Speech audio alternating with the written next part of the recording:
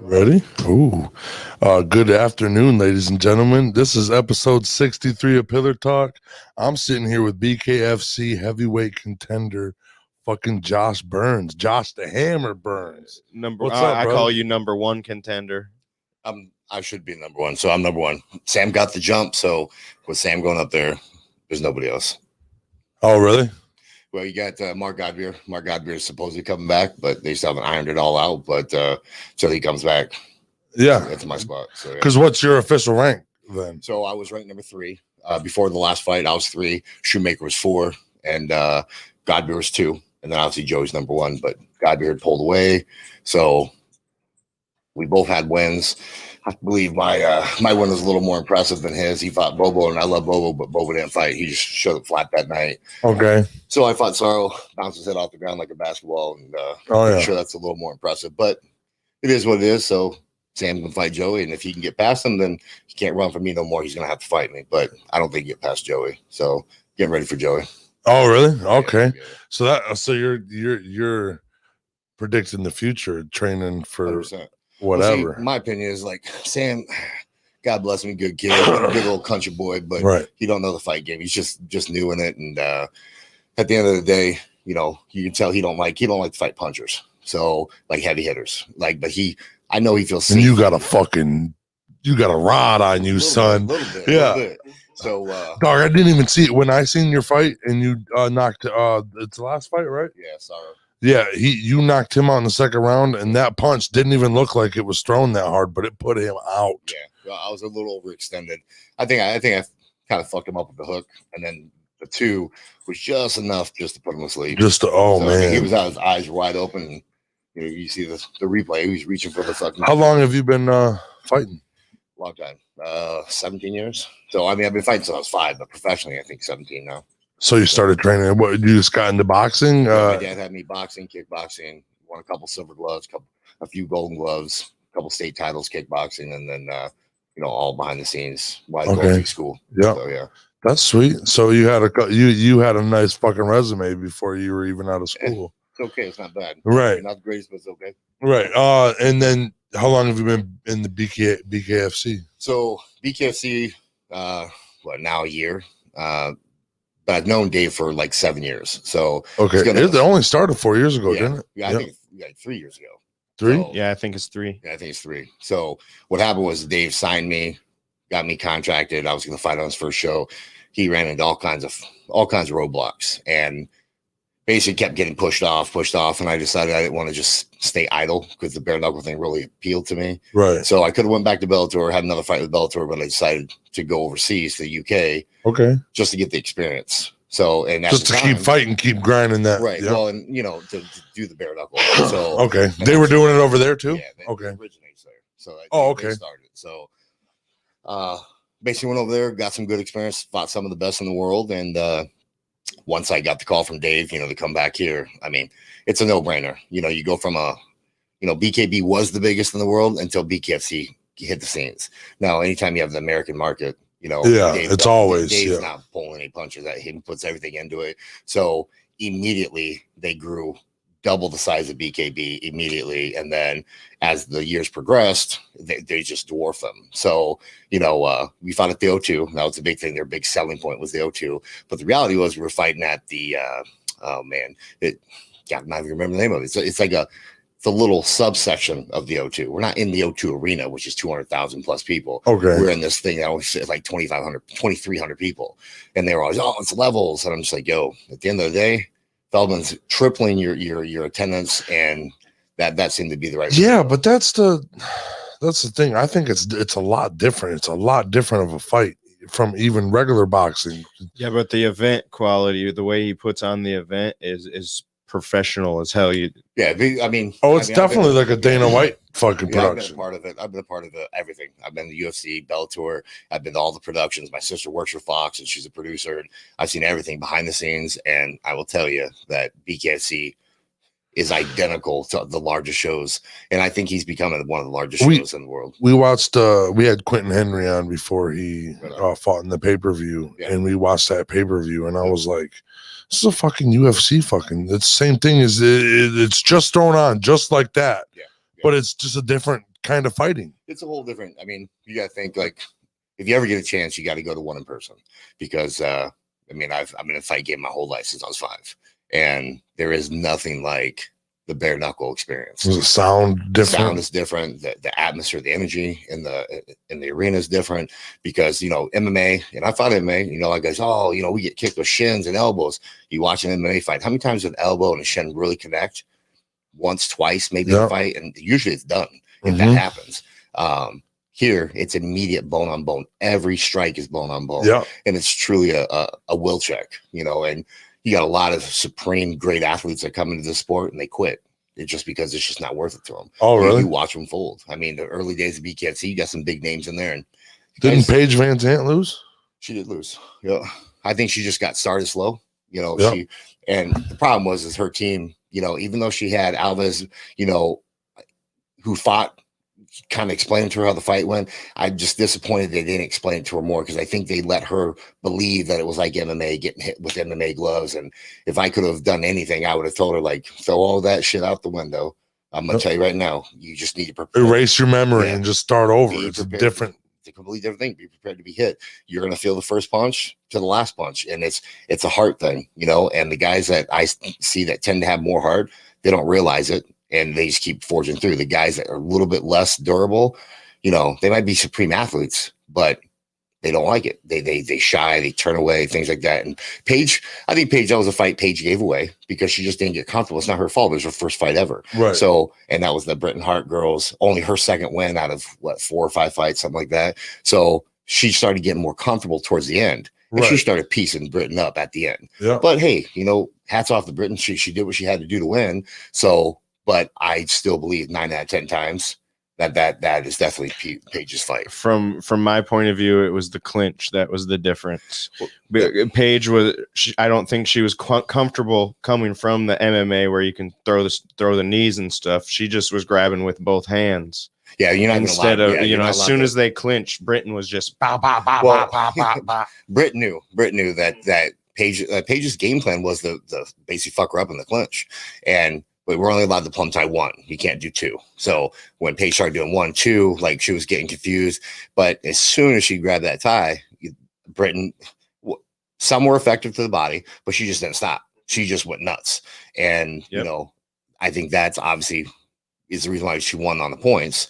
But basically, I don't think Paige really knew what to do because she was like thinking she was going to snatch this boxer up and, get inside. And that's her world, which it is. But I just think Paige needed to be a little more active on the outside. I think Paige had better strikes, better on, more precise and effective strikes, where Britt was just heart, pure heart. Yeah. When I was talking to you guys about heart, Britt's just one of those chicks who just got pure heart. And then she just came out there and she don't give a fuck. She's going to stomp your face on the ground. If she can, she will. Mm-hmm. So, that's just the reality. Try a little hard out. And especially that was one of her biggest fights. This was huge. Biggest fight of her career. Yeah, she'll probably never get a fight that big again, unless she gets a rematch. Like, there's a lot of hype behind it and did a lot of things. There's episodes behind the scenes leading up to the fight, all that good stuff. And, I think she handled herself well. And I like the fact that Paige came in and was like, don't just give me anybody. Give me somebody that's good. Yeah. Yeah. Well, yeah, especially for her debut. Yeah, for her debut. Yeah, I mean, Kristen Ferreira. Yeah, Christine Ferreira is that's the head bitch in that. Yeah, I agree. Bottom line, she's the bitch in charge, and and I'll be honest with you, it's hard to fake match her up because I call her Little Hammer because she straight up fights. And I don't know if this is politically correct, but she fights more like a dude. Like she gets in there. And she's crisp and she doesn't fuck around. Like she's not gonna feel around like, oh, I want to get she's gonna snatch you up. If she fought a dude, she'd probably fuck him up. Like Christina, dude, I see her lives from time to time. I go, tear up. This woman would kick my ass every single time. Yeah, she's a straight beast. So I think they're trying to keep them away from her. Because she will fuck. She's basically like the Amanda Nunez in the UFC. Give her the belt already, man. Yeah, she's not. She should be the champion. Let all these other little girls just, I think Britt, she stopped Britt in the first round. As soon as they are, maybe it was second round, whatever it was, as soon as she fucking opened up, I'm pretty sure it was first round. She opened up. Like they felt out, and then Christina just basically came in, hit her, and it was just like blood in the water. And I mean, it wasn't like Britt was falling down or anything. Snatched her up, threw in her clinch. You want to talk about an evil clinch game? Ferrera's got the fucking nastiest clinch game. She probably landed 6 uppercuts on this girl. Oh. They pull out, and Dan has to. Murgali looks at her and he's like, "Whoa, got a big knot cut." It was pretty bad. Even Stitch was like, "It's done." So Ferrera's where it's at. She's the truth. The whole time, leading up to the weigh-ins and that whole event, she's over here on the side talking to him like, "You still gotta come face me. You still gotta come face me." It was so great. Dude. Watching some of her replays, she's brutal. Yeah, she's no joke. And that Peralta, I don't know her very well. The girl, they had that controversy when they lost a split decision. But as soon as she fought Christine, it's like she left. She's done. She didn't want that rematch. And Ferrer was supposed to get that rematch. Everything got shut down. And then whatever she did, she deviated. She ain't with the company, at least from my understanding. And Christine's over there like, "Yo, throw me somebody that's worthy," and she don't want no bums. Right. So, and to be honest with you, and I don't want to speak out of turn, but I'm pretty sure Ferrer didn't even want Paige. She didn't want. She's like, "You kidding me?" It's like, it's your first fight. Let her get her feet wet. Let's see if she's really about it. Right. So, and I think after that fight, I think Paige is about it. I just think Paige didn't know, was a little bit uneducated. Yeah. So I think with Paige, people take her prettiness as a weakness. Like just because she's pretty, she's tough. No, she's a banger. And that was the whole thing with going into it. What I would say when she's I was tough for just going to bare knuckle. Yeah, that's a whole different. And then you're 100% getting cut open. I promise you. Not only that, you take away all your weapons except for your hands at that point. Because knees in the clinch is fucking nasty. You can fold somebody with that. Right. Just using one hand. I seen when you work the clinch, you fucking just go for them ribs. I was like, oh, dude, if he does that 3 or 4 more times, that dude's not going to be able to breathe. Yeah. I find I turned into more of like a damn headhunter with bare knuckles, because when I fought MMA, I mean, you look at my resume, obviously not the greatest win ratio, but I fought the best in the world every time from Bellator, and they would call me 2-3 week notice every time, and they know I would never say no. What the fuck? I don't care. I'm just doing this for fun. When I did MMA, I did it for fun. I was very blessed. I was doing very well in life. It was just fun.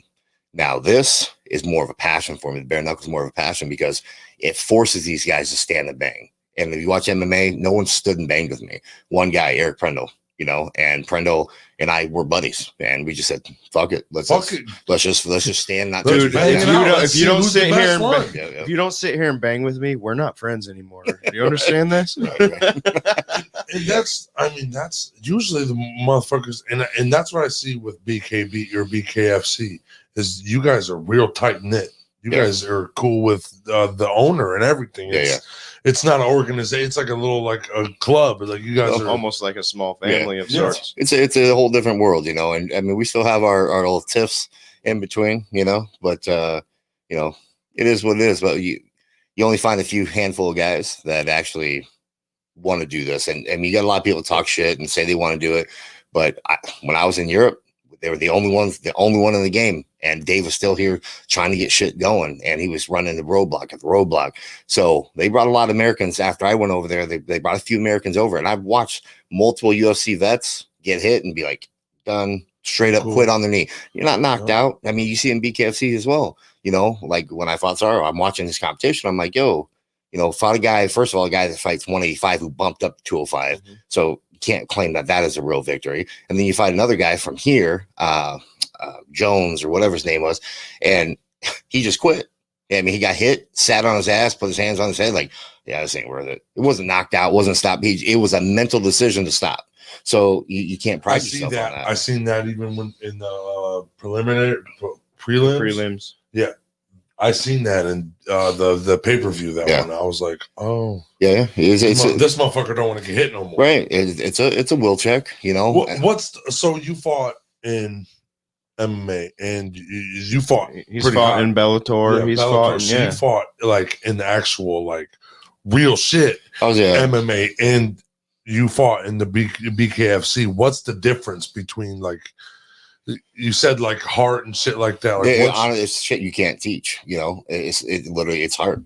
You either got it or you don't. You just gotta bang. You just gotta bang. At the end of the day, I mean, you can see there's fights. My last fight in Bellator, set up to lose. Obviously, fighting Justin Wren, UFC, Ultimate Fighter guy, and this dude been getting ready for 6 months for his first return in like how many years. And obviously they gave me like 3 weeks. Like, hey, you want to fight him? I'm like, sure, why not? And we went all 3 rounds, and you know, you can watch that fight. I mean, I think I took probably about 20 knees to the head, and you know, certainly it's either you got it in you or you don't, you know. And when you see some fighters go, well, I'll die in here, you know, and you watch them fight, and you're like, bitch, please. You got hit, you're sitting there. I mean, the last pay-per-view, you know, I seen guys, not saying names, but I seen guys are screaming and doing all this crazy stuff. I'm like, bro, it looks stupid. First of all, as a vet, you look like an idiot. And you lost. Get the fuck up off the ground. If you're screaming, you got the energy to stand up. And then you stand up and then you get laid the fuck out. So I'm just like, listen, you know, either be about it or not be about it. You know, I acted like an ass after the Sorrow fight, but there was a lot of shit that went in behind that people didn't know. And people only saw the weigh-in shit when he ran his mouth. And it looked like he's buddies with the commissioner. I'm probably getting in trouble for saying this, but it looked like they were like kind of little buddies because they were joking, talking shit. And I'm like, cool. Dave Feldman just kept his mouth shut. You know, just say, hey, just stay away from Josh. I'm like, look, I'm not going to touch him. He's running his mouth. And first thing you know, when you run into an opponent, the first thing out of their fucking mouth is, I'm afraid of you. Like, they had it recorded right there. Like, thanks for telling me, bud. Yeah. I'm like, okay, that's cool. Like, the fuck? Like, you just tipped your hand. Okay. And then it's going to be a fight. And I'm turning, okay. And I'm looking at the crowd, and he's like, it's going to be a fight. It's going to be a fight. What do you mean? What do you mean you hope so? I'm like, bro, we'll see how long your chin holds up. That's all I said. Then I turned, looked, grabbed my shit, go to walk off stage, and he's still running his mouth. He literally stood up there. He looked like a damn fool. But in my mind, Mark Coleman, you know, who's my big brother, like, they all said the same thing. He's done. That dude, he does not want this. He likes the idea of beating Josh Burns. He don't want to do what it takes to fight me.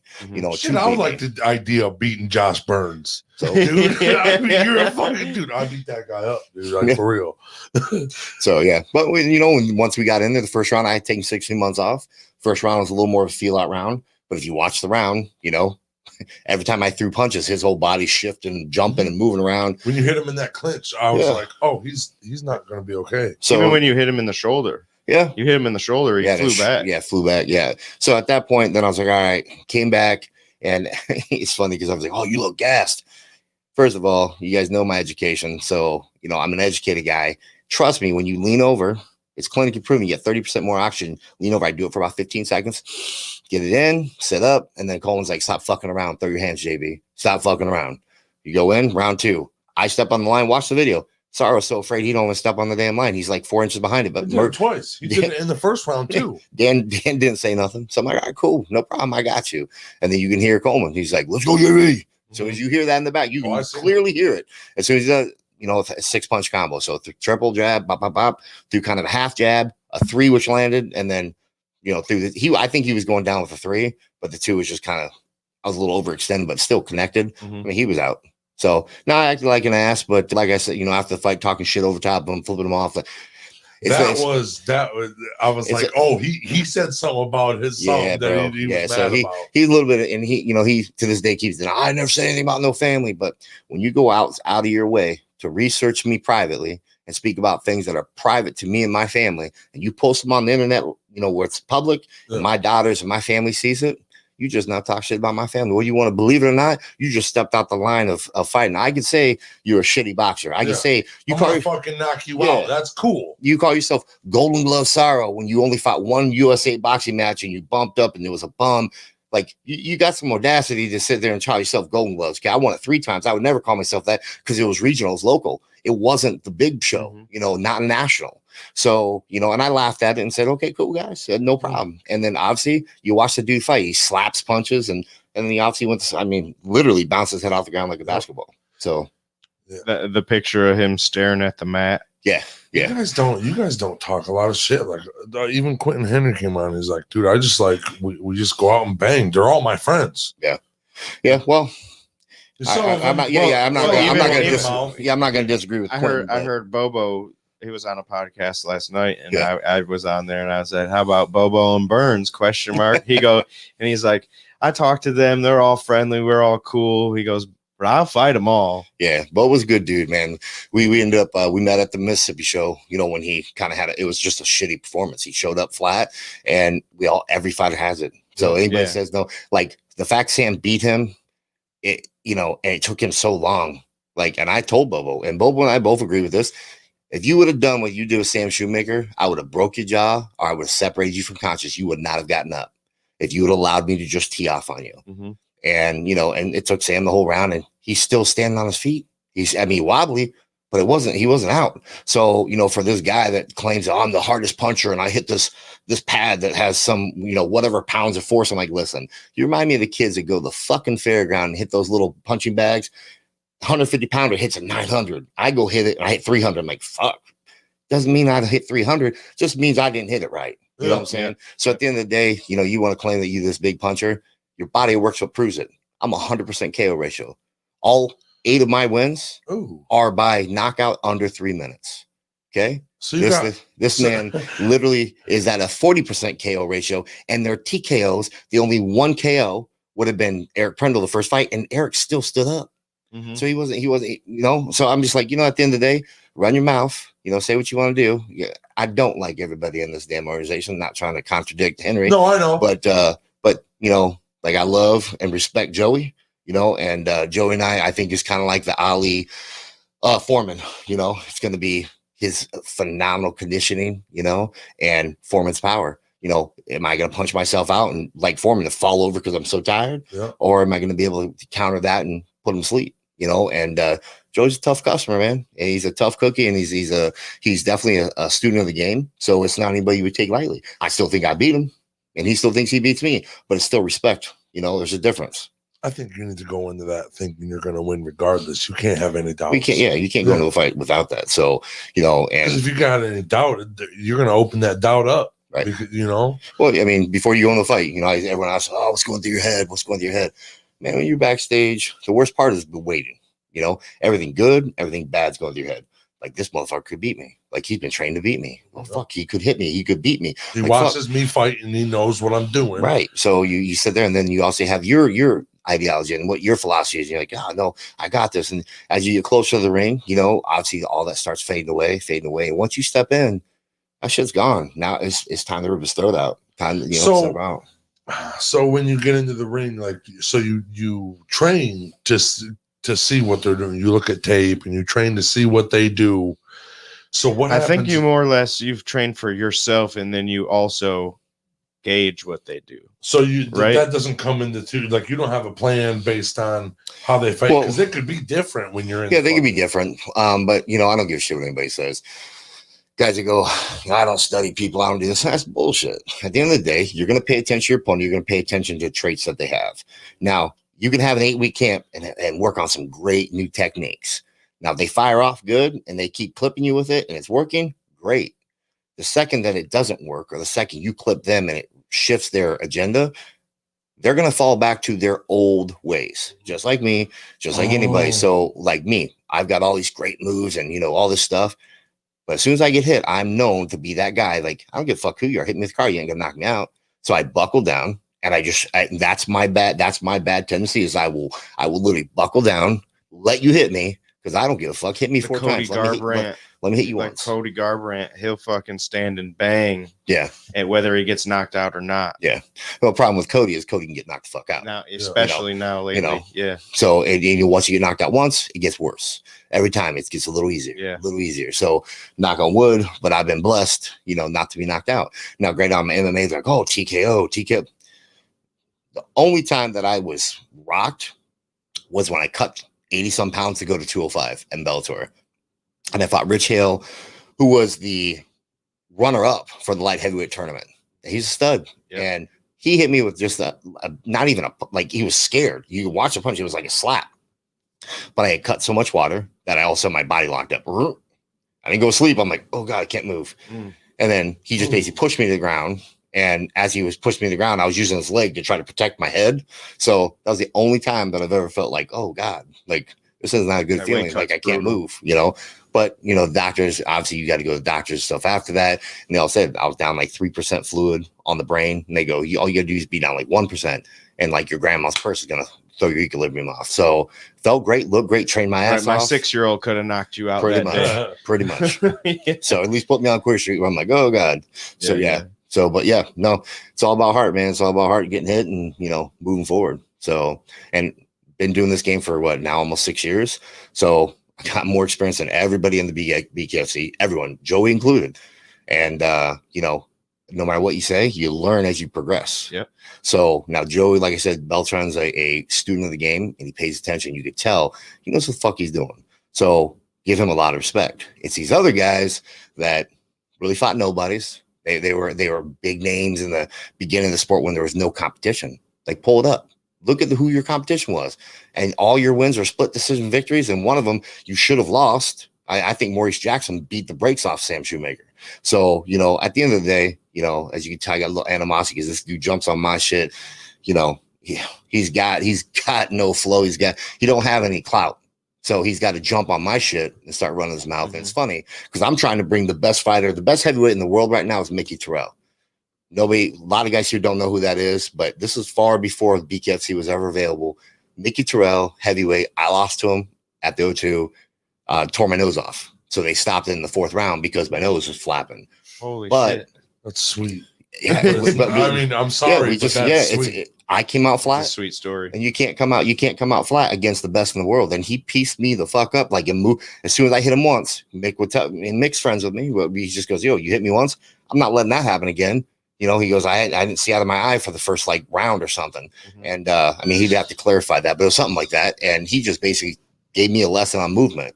He just moved. He like good footwork. He says, that ain't happening again. Yeah, bro, he was just moving. He just, you know, I was charging forward like a bull. And, you know, like I said, when I get in that mode where I just buckle down. Oh, were you? Just buckle down. Yeah. And I just go forward. And he was just making me look like a damn fool. At bottom line. Now I started waking up and coming like I don't even know what it was. It was one of those days. It's like 3rd, 4th round. I started waking up. I started being a little more effective. But at that point, I'm being more effective. And my nose is flipping. Right. And the ref's like, I think it's Barrington. He was just like, oh, it's done.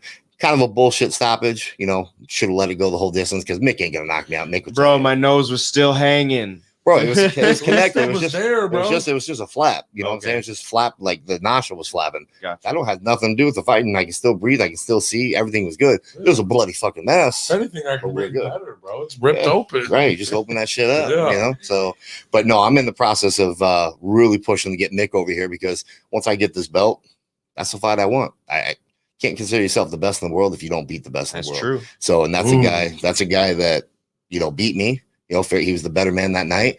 And I think I've progressed since that time. So, you know, and of course he's probably progressed as well. So that's the fight. And then Joey Beltran, he recognizes, he knows he's got to beat him. I know I've got to beat him. And then you also have Mark Godbeer.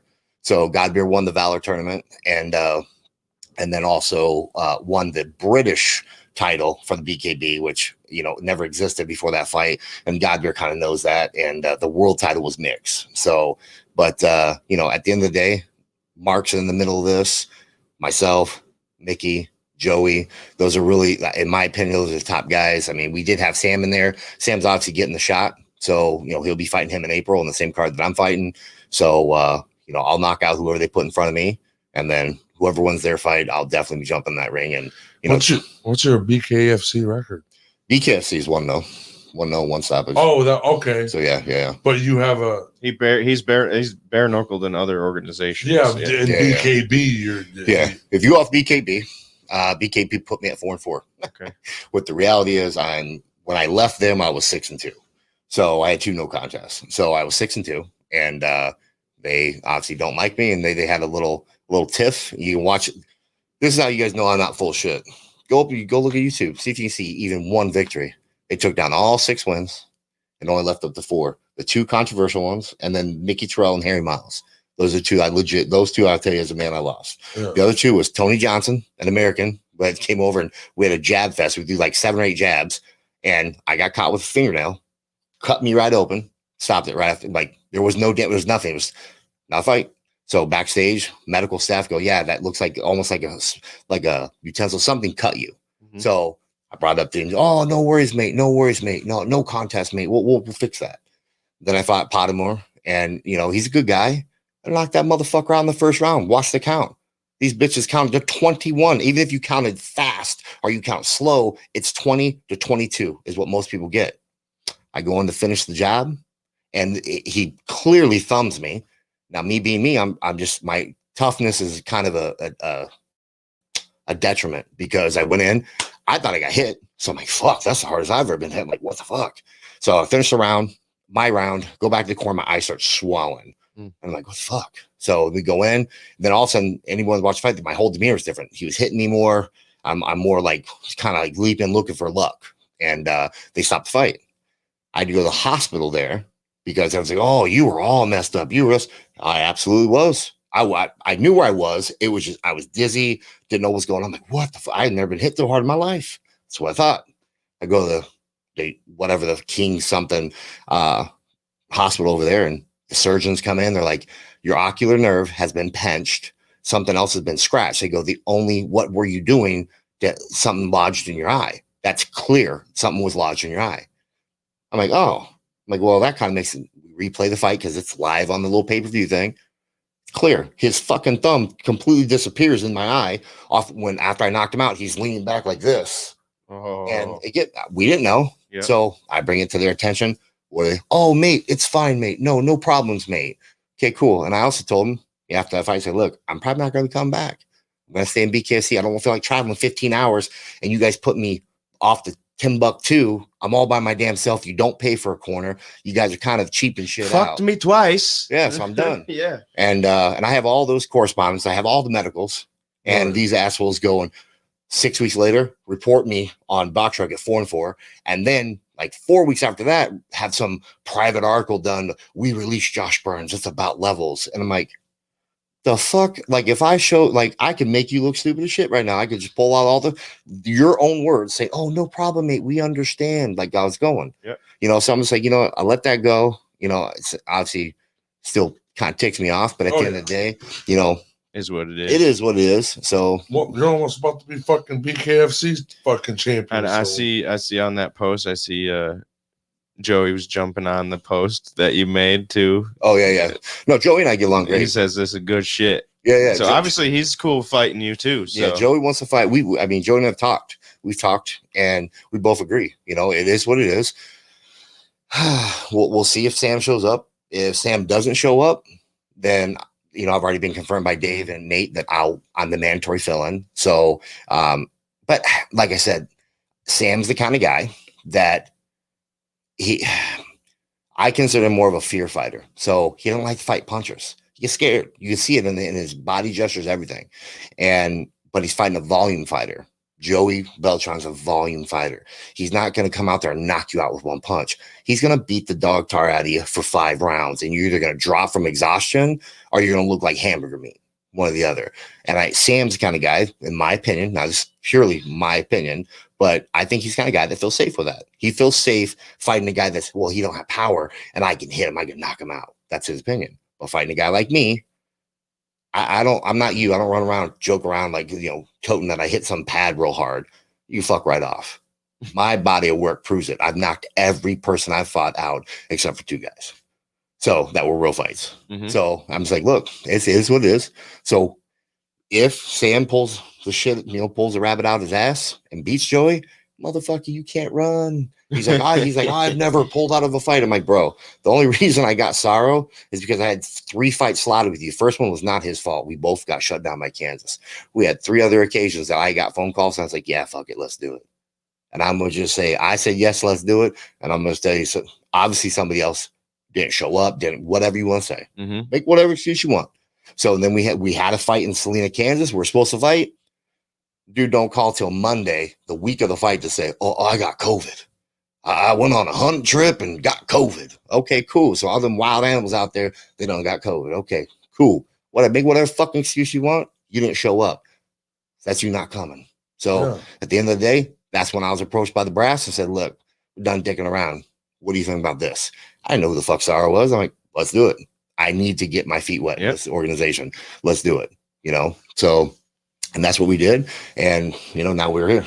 The more you can fight, the fucking better. That's my opinion. Right. Well, I want to fight the best. So, at that time, I think that their idea was, put Shoemaker in there. And, if I can get rid of him pretty quick, that's going to put me on a nice path right to the belt. Mm-hmm. If I don't, then I'm a pretender and I'm everything that Shoemaker says. I'm a fucking, what do you call me? A gatekeeper and a veteran. And I'm old school. I'm like, one of those gatekeepers, huh? How old are you? How old do you think I am, bro? I'd say you're about 33, 34. There you go. That sounds good to me. Yeah, That sounds good to me. Sounds good to me. No, I'm real guess. I'd say about 41. Yeah, 42. Okay. 42. So Okay, I thought you were in your 30s too. yeah. But you know what? It is what it is. So this Gatekeeper is my ass. What if you got that fucking belt? Then you are the gatekeeper. well, Gatekeeper in that sense means like he's a veteran that holds the door for the old guy, for the new guys coming in. So he's the okay. So if they can't beat me, they He's don't the one that belong. lets Blah blah them blah. in. Yeah. Here, So- you can go to the title. Yeah. So it is what it is. It's funny though because we're still in the first gen, the first era of this bare knuckle. I started 6 years ago, and these guys are babies, and y'all ain't fought nobody. And these Americans, I don't give a fuck what you tell me. I'm an American. I love being American, but y'all babies. These Europeans been doing this shit for hundreds of years, and it's never stopped. They did bales of hay and circle. Like, you got a problem in the UK? They don't got guns and shit like that. They go, you know what? Fuck you. I don't like you. Let's go meet out here at 3:00. And you'll get 30 guys out there. I think they call them straighteners over there. So you show up with your money, they show up with their money, someone holds it, bare knuckle fight. When you're done, you're made to shake hands. It's done. Take the money, you done. Oh. Like that. These guys have done this since kids. We ain't like that over here. Right. In my opinion, it's kind of a pussy fucking nation now. Because you 120-pound guy can run his mouth to a guy like you, Yeah. and he's like, you know what, fuck you, okay, now I'll shoot you. Like, all right, you ain't a man. We're losing real men because we don't have to back up our fucking mouths. You know, and the internet just makes it even worse. So, and point blank makes it worse. Like, obviously I kind of have a kick for Sam. It'd be great if he does win, but I really don't think he gets past Joey. But guy like that, he's like, oh, Joey's the champion. Joey is the champion. You know, this guy comes on my shit. It's like, oh, you're disrespecting me. You wanting to fight, get the fight for Joey before me. I'm like, first of all, you dumb shit. Like, that's the fight game. Why the fuck would I want to fight you? You rank number 4. Oh, they can change MMA insiders. These guys all rankings don't mean dick. Right. Go to Scott Burt. Scott Burt's got the real rankings, and the real rankings was you were 4th, bro. I was 3rd. You were behind me, and that's simply because you pulled out of fights, and that was their explanation. So at the end of the day, say whatever you want. I'm not going to try to fight you, even if you're number 2. Why the fuck do I want to fight you? Okay? I want to fight the best guy, and the best guy is Joey Beltran. So, and you take that, you think that's disrespectful to you? Cool, no problem. How you gonna feel when I knock your big ass out and you on the ground? And I'm not gonna. I don't have the beef like I had with Sorrow. Right. So I just walk away. It's cool. And then now all this shit you talked about me. What are you gonna say? Are you gonna be like Sorrow now, who ran his fucking mouth, and then after I knocked your ass out, oh well, I don't feel bad losing to the number 3 heavyweight in the world, and like you're gonna turn that corner? What are you gonna do? Yeah. And my boy Kenzie Morrison beat the living dog shit out of fucking Sam with gloves, 10-ounce gloves, and Kenzie fights the way I fight, same exact style. That's Ty Morrison's son, same way, fights the same way. I think I probably hit a little harder, but Kenzie's still grown. He's gonna get bigger, but. I watched that fight. Go pull it up on YouTube. Sam has the worst sportsmanship. Won't shake the guy's hand. I mean, he literally got knocked all over that ring, was stumbling all over himself, and then wouldn't shake the dude's hand because you didn't think it should have been stopped. I'm like, bro, he's got the dog shit beat out of you. Just take it like a man, shake up, be good, and move on and become better. Take it like a fucking man, dude. This is a man sport. Now, another thing that's different is MMA usually is UFC is 3 rounds at 5 minutes, where bare knuckle is 2, right? 2 minutes. Yep. Yeah, we got 2-minute rounds, 5 2-minute rounds. So this is where MMA is more of a marathon, right? It's more of a jog, and you pick certain moments to sprint. Boxing is more of a, I would say more like a 5K, Yeah. So you pick and choose when you're going to go. Fucking triathlon. Yeah. So, and then I would say like if we're compared to track, it'd be, bare knuckle fighting is kind of like the 800 meter. Like you can't, you can't sprint the whole motherfucker, but you're going to be about 90% the entire time if you're properly conditioned, because you got to get on and you got to go. Yep. It makes it that time limit in my eyes. Obviously, it's probably why they did it. It makes you have to fight. You got to fight. You have to fight. Only 10 minutes, dude. You have to. There is no running around a couple minutes feeling. There's a little. That was weird. There's like a little feel out, and then it's bang. I thought it was weird when I first seen it. Like 2-minute rounds, they can't do shit in 2 minutes. I was like, oh, bare knuckle, you can do something. Oh fuck yeah, it only takes one. Always likes to one in bare knuckle. And another great thing is, Dave set up the toe the line. So you're starting fucking whatever, a foot from That's one cool. I like that. The toe to the line. It even says it on the fucking mat. Yep. That's pretty cool to me. Yeah. I think it's different. I like the whole branding. It's everything, a whole different even feel. Knuckle up, all that. It's just I mean, you either come to the fight or you're not. And Dave says that every time before we fight, meets the fighter meeting before the night of the fight. He's like, listen, I'm not paying you guys to come out there and pussyfoot around. Yep. Go out there, fight your fucking ass off. Win, lose, or draw. You'll be coming back if you fight. And you got to fight, though. Don't be these guys that fucking come out there and pity pat and try to play it safe. Because most likely, win or lose, it don't matter. You're probably not going to get a call back. I forget who it is. They've lost 3 of them, but the only reason they keep getting fights is because they're banging the whole time. Yeah. Yeah. I forget. John McAllister. John McAllister, he lost to Sorrow, and he lost to he just lost. But those are the best fights. I don't. Yeah, he comes to fight. Yeah, I would prefer to lose that way than fucking. Yeah. Oh shit, I could have done more. No, you just poured your whole heart out here.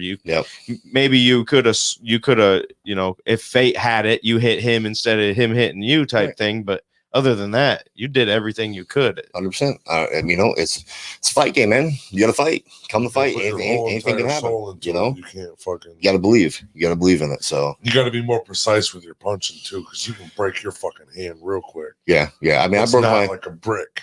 Well, I broke up like that. I broke my hand 3 times in MMA, twice in boxing, and I've yet to break my hand in bare knuckle. And really, I'm the guy. When you watch me fight, I don't. You got 9 fights bare knuckle. Yeah, 8. Oh no, fuck 8. 8 wins. 8, 9, 10, 11 fights now. 11 fights. So yeah. So, but don't break my hand. And if you watch how I fight, man, every time I'm gonna try to hit you, I'm gonna try to hurt you. Yeah. And well, you hit hard as fuck, dude. I feel like your hand would just go. It looks like you could punch me and knock him out. Yeah. For real, dude. Yeah. Yeah. No, it's just my buddy John Chilbeck. He just got on the last card too. He'll be a world champion for sure. And I've known him for a while, and we talked about it before his first fight. And I'm just like, look, do everything you do. Just we're leading with the proper technique, but you're still punching. You're punching hard. I mean, his hand got swole up after the fight, didn't break, but you could tell he punched with the right ones. And you got alignment of the bones, and you lead with those two, and that you're usually going to be all right. So okay, you lead with that's what Quentin said too. You lead with these two. You lead with these. You want to connect because you have an alignment of the ulnar and radius. Your knuckles get fucked up in these. I've my knuckles have got messed up, and you can see his fingers like all bent weird. That was from the Sorrow fight, which I have no idea what the hell happened, but that's the injury from his fight. It just kind of flops around now. So what do you have? You guys do have like wrist wraps. They allow us to go. So basically 2 fingers behind the knuckle. So you basically go about 1 inch behind the knuckle. So you can get the base of the metacarpals and then really support the wrist. Okay. So it has nothing to do, because I see those MMA fighters, they have fucking 4 inches it's just like boxing. They wrap the hands identical to boxing. They're just enough that they can get it into an MMA glove, which is a little tighter than a boxing glove. Okay. So yeah. That's I see it. You guys just have your fucking wrist. That's to not fucking break your fucking it just helps wrist. you. Yeah, it helps you not break your wrist. Stabilize. Be able to stay in the fight if you punch right. So you said something. You said Mark Coleman's your brother. Yeah. So that's pretty fucking epic that he's training you. Obviously, he was in your corner last time. He's the hammer too. Yeah. Well, so Mark and I have known each other for a while, and he blessed me. Obviously he's not my biological brother, but he's like my brother. And he blessed me with the hammer. And there's a lot of hammers out there, but I'm pretty sure, and just like Mark said, I'm the only one that he gave the permission. Like, he passed it down to me, which is an honor. Passed the hammer. He's retired now. That's sweet. Yeah. So, and he's the original hammer, Godfather of ground and pound. And, he's just intense. He calls me at least once or twice a week. Same thing every time.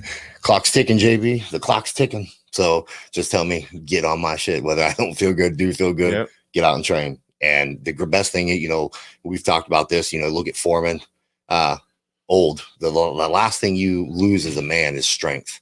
The number one thing you need in fighting as a heavyweight is your strength. Mm-hmm. Now, agility and speed, all that's great, which people don't realize I'm a lot faster than people realize.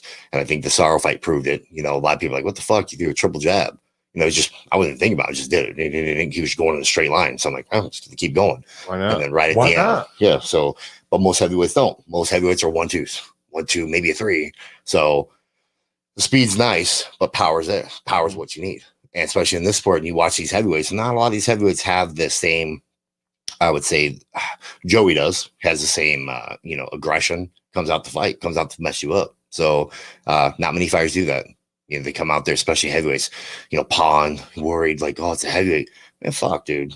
Hey, you're going to get hit. You're going to get hit. Mhm. You might as well try to get yours off first, So, and in this sport, it really is about who gets off first. I think BKFC is going to be big, a lot bigger. Oh, There's yeah. going to be some fucking champions, Yeah. like motherfuckers come in here, like, because they'll go to the UFC and they'll be like, okay, I kind of don't want this because I got to be a character and I got to do all this. Yeah. Now I'm going to go here and just bang out because some motherfuckers just want to bang. Yep.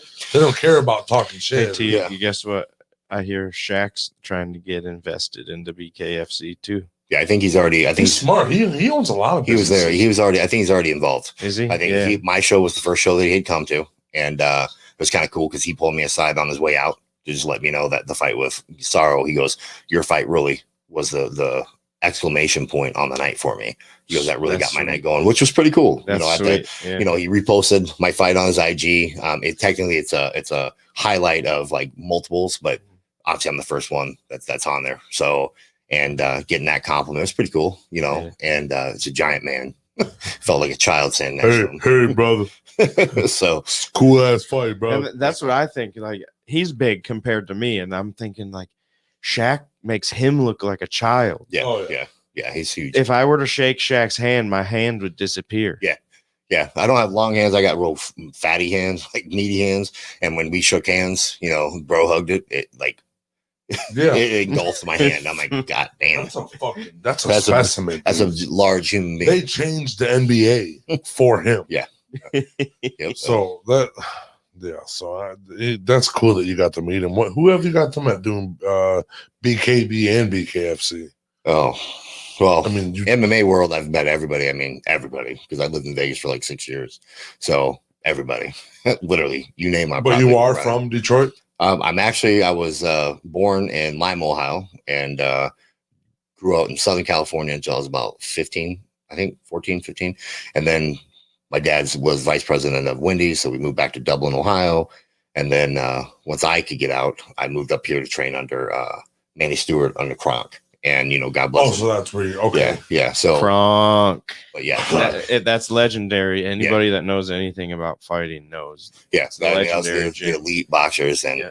got my ass beat for a good 5-6 years. I finally got respect at the 4th year.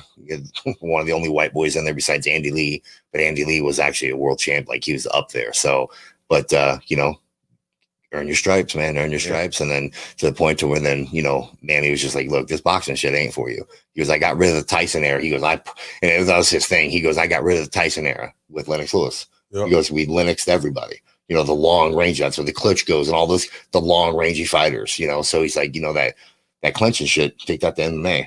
So trained with him for a while and then, really started focusing on the MMA, Okay, so yeah, so it's good stuff.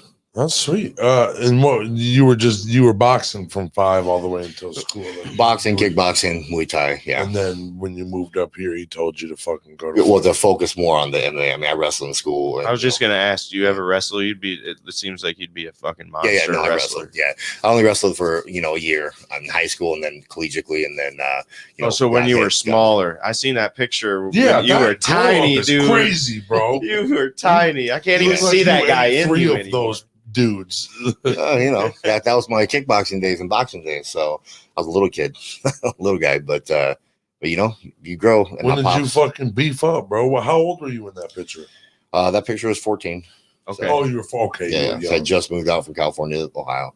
So, but my dad's 6'5", 330, built just like me. So, and yeah, that's a specimen right there. Mhm. Special Forces, Army Ranger, 82nd Airborne, like Oh, a trust real me, man. It was a real man. So Yeah. I learned tough You lessons still in back life. down to him. 100%. Oh, yeah, yes, sir. Yes, sir. Yeah, I will exactly. clean my room. I'm sorry. Dad, I'm 41 years old. Looks at you all. Okay, I'm sorry. You're right. No, You're no, right. You're right, Dad. You're right. I should do better. Yes. There's 100%. always room to change. Absolutely. Does he support the bare knuckle boxing? Yeah, no, he's supported. I mean, he's the one that obviously put me in the fight game to begin with. So he's a big football guy. You know, he had his time in the limelight playing ball, and you know, so he just I'm just a poor sport. I'm just gonna tell you right now. We play right now. So when I say that, like so I played football in high school, for my pops. It was fun, do it myself, but I was the kind of guy, if you fucked up, you're my middle linebacker and we lose the game because you screwed up. I was the guy throwing guys on top of fucking cars after the game, and I'm supposed to be like co-captain, and I'm not supposed to be doing that. I'm supposed to be setting examples. Hey, setting examples. Yeah, I'm going to drive your fucking head through this Jeep chair. I slipped. Why are you being so mean? Yeah, so that's why I just showed up flat, dude. You said it yourself. No, I'm bad, man, because if that's why I went to wrestling. In Ohio it's a team sport. Because you have to hold yourself accountable. You're the team. Nobody's fault but my own. So when I look in the mirror, if I lose, that's my fault. You ever punched the mirror before? Nah. No, okay. Be honest with you, I've been fighting so long, bro. Like it's hard to get me ramped up outside, outside the cage or outside the ring or outside of training. Even training, most guys will tell you like, oh, that's the greatest guy in the world to spar with, because everyone's like, oh, you got to spar the way you fight. I'm living proof that is just not the truth.